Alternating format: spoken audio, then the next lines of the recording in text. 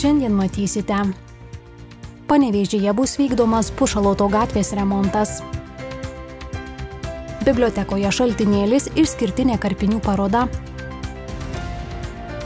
Panevėžio dailės mokyklos vadovo pareigas palieka ilgametis vadovas Vytautas Tallat Kelpša. Po daugiau nei 36 metų vadovavimo Panevėžio dailės mokyklai iš ugdymo įstaigos direktoriaus pareigų pasitraukė Vytautas Tallat Kelpša. Žinomas skulptorius sako, kad atėjo laikas priimti kardinalius sprendimus. Menininkas nuo šiol daugiau laiko skirs kūrybai.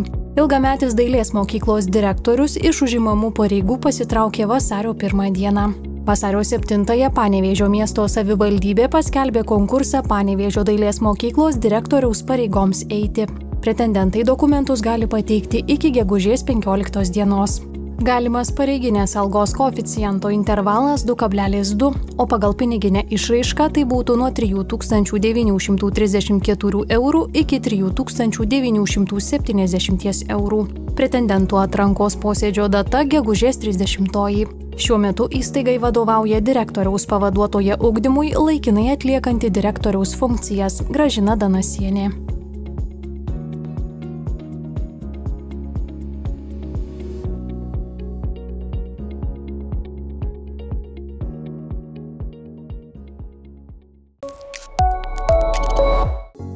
Kovo 5 dieną Rokiškio kultūros centre prasidėjo 41-asis profesionalių teatrų festivalis Teatro genas. Jis truks iki kovo 25 dienos. Šiais metais prie festivalio prisijungia ir Donato Banionio fondas. Perspektyviausias aktorius bus apdovanotas piniginė premija ir aktoriaus Donato Banionio skulptūros kopija. Skulptoriaus Klaudijaus Pūdymo sukurta Donato Banionio skulptūra pastatyta praėjusių metų balandį aktoriaus šimtmečio proga Panevėžyje prie Juozo Miltinio dramos teatro, kuriame jis sukūrė didžiuosius savo vaidmenis. 3D skeneriais nuskenavus skulptūrą sukurta nedidelė jos kopija, kuria festivalyje Teatro genas bus apdovanotas perspektyviausias aktorius.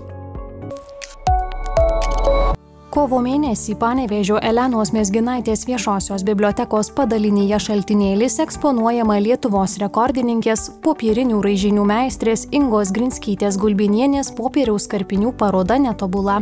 Todėl labai stengiamės savo skaitytojus ir miesto gyventojus pradžiuginti vis nauja paroda. Tai būna ir akvarelės darbai, ir keramika. Ir kaip dabar matot, karpiniai, tiksliau raižinių paroda. Kartu su grupe kitų menininkų Grinskytė Gulbinienė yra pasiekusi Lietuvos rekordą kaip ilgiausio popieriaus karpinio autorė. Sukūrė didžiausią meninę instaliaciją iš popieriaus raižinių – Gamtos labirintas. Tai raižinių meistrės, Lietuvos rekordininkės, kuri išraižiusi yra ilgiausią raižinį Lietuvoje ir įtraukta į 25 metų rekordų knygą. Kūrybiniai tie darbai, tačiau to pačio didžiojo darbo bibliotekoje net ir neįmanoma būtų eksponuoti, jisai 50 metrų siekia tas visas darbas. Tai šiuo metu yra jos darbai tiek bibliotekos languose, kadangi turim gražius vitrininius langus, kurie visada džiugina. Ir kiek matot, bibliotekos erdvėse. Šaltinėlio bibliotekos languose ir erdvėse eksponuojama 11 menininkės karpinių. Parodoje pristatomuose darbuose atsiskleidžia Grinskytės Gulbinienės kruopštumo, kantrybės ir kūrybiškumo sintezė. Subtilios kompozicijos žavi meistriškumu ir lengvumu. Pirmąjį mėnesio antradienį bibliotekoje Šaltinėlis vyko susitikimas su šių darbų autore bei parodos pristatymas, subūręs kūrėjus, bičiulius, meno mylėtojus ir smalsuolius, norinčius iš arčiau pažinti šią neįprastą ir precizišką popieriaus karpinių kūrybą. Renginio metu Grinskytė Gulbinienė dalijosi savo kūrybos kelione, pasakojo apie savo veiklos užkulsius, karpimo technikos subtilybės bei įkvėpimo šaltinius. Bibliotekoje šios parodos pristatymas labai buvo šiltas, jaukus, moteriškas toks pokalbis, kadangi dar pati Inga yra ir jogos ir moteriškumo mokyklos vadovė. Tai pasakojo mums, kaip reikia moterims ypatingai save mylėti, lepinti, džiuginti save. Tai tokia, gal net, sakyčiau, susišaukia su ta artėjančia kovo 8. Popieriaus karpinių paroda Netobula Šaltinėlio bibliotekoje veiks iki kovo mėnesio pabaigos.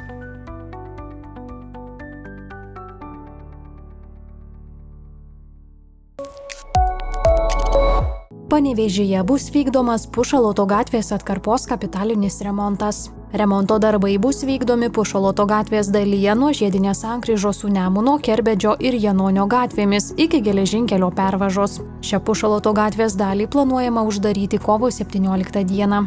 Rangos darbus atliks bendrovė JK Ranga. Anot bendrovės projektų vadovo Mindaugo Kairio bus keičiama gatvės danga, tvarkomi šaligatviai, atsiras dviračių takas, lietaus nuvedimo sistemos. Planuojama, kad gatvės remontas truks ilgiau nei pusmetį. Panevėžio miesto savivaldybė remonto darbams atlikti skyrė 450 000 eurų. Bus ieškoma papildomų finansavimo šaltinių. Pasak Mindaugo Kairio, įmonėms įsikūrusioms remontuojamoje gatvės dalyje bus užtikrintas patekimas į jų teritoriją. Gyventojams teks važiuoti apylankomis ir naudotis Šiaurinė bei Smėlynės gatvėmis. Planuojama darbus baigti iki metų pabaigos, tačiau negavus papildomų lėšų procesas gali užsitęsti.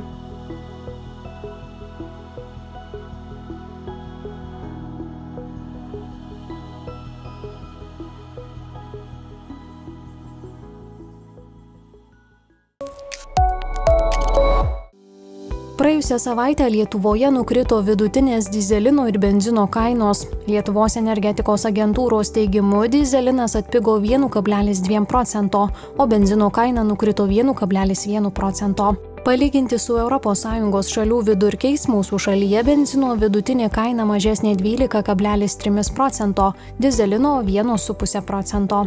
Skaičiuojama, jog pirmadienį benzinas Lietuvos degalinėse vidutiniškai kainavo €49 centus už litrą, o dyzelino vidutinė kaina siekė €1,60 centų už litrą. Benzino vidutinės kainos per praėjusią savaitę Baltijos šalyse ir kaimyninėse valstybėse išskyrus Estiją sumažėjo 0,6–2,5%. Tuo metu Estijoje benzino vidutinė kaina padidėjo 1,6%. 2025 m. sausio-vasario mėnesiais žaliavinė nafta į Lietuvą buvo importuojama iš Saudo Arabijos, Norvegijos, Alžyro ir Jungtinės karalystės, o naftos produktai iš Suomijos ir Lenkijos.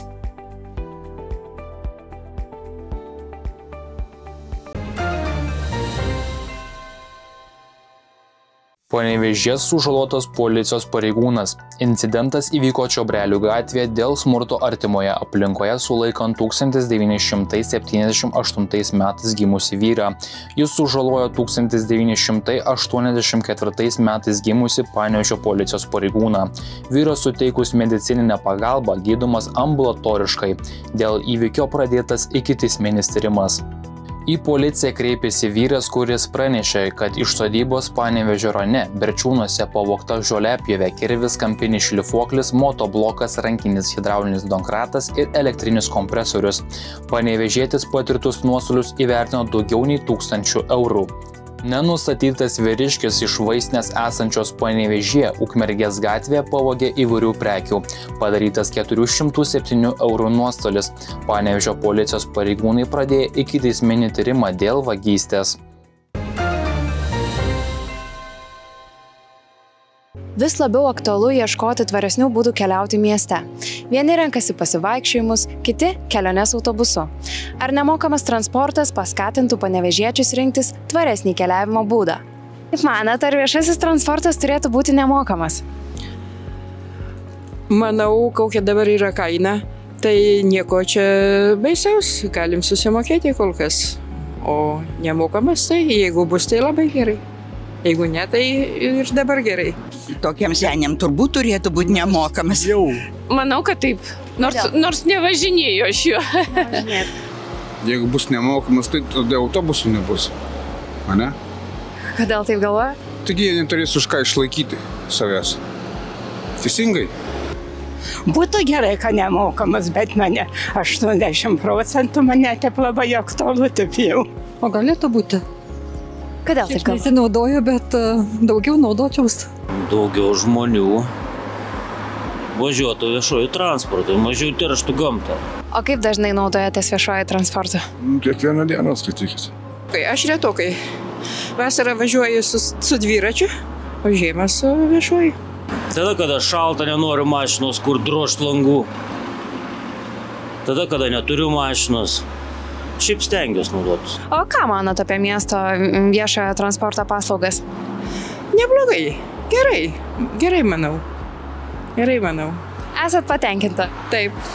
Nu, žinot, galėtų būti dažniau autobusai važinėti, būtų susisiekimas patogesnis. O kadangi nėra, tai nėra, nu kaip yra, taip yra, reikia taikytis prie to, ką turim. Nu, normalios tos paslaugos. Kas nori naudotis jomis, tas ir naudojasi.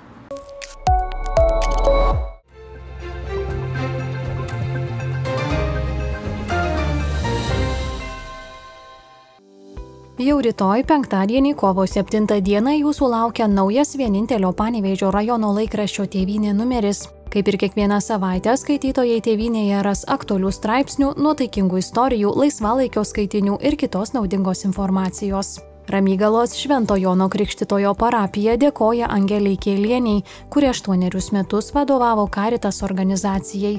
Moteris traukėsi iš vadovės pareigų. Jau 4 metus šalies gyventojai turi galimybę įteisinti žemės gelmių registre neregistruotus gręžinius ar atnaujinti duomenis apie gręžinio savininką be jokių sankcijų. Tačiau iki šiol jie pasinaudojo tik nedidelė gyventojų dalis. Siekiant bažnyčioms sumažinti šildymo išlaidas, siūloma įtraukti jas į buitinių elektros ir dujų vartotojų grupę. Artėjant kovo 11-ąjai Liudynės kultūros centro meno vadovė Daiva Židonienė sumanė pilietinę iniciatyvą 35 laisvės paukščiai, kuri simbolizuoja ne tik laisvės vertę, bet ir kiekvieno žmogaus indėlį į tautos nepriklausomybės kovą. Panevėžio rajono savivaldybėje įvyko konkursas visuomenės sveikatos biuro direktoriaus pareigoms užimti. Kaip ir įprasta Tėvynėje įvairūs patarimai, TV programa visai savaitei, kryžiažodis ir dar daugiau aktualijų, straipsnių bei naujienų iš Panevėžio rajono. Užsiprenumeruoti laikraštį Tėvynė galite internetu laikraštistėvynė.lt.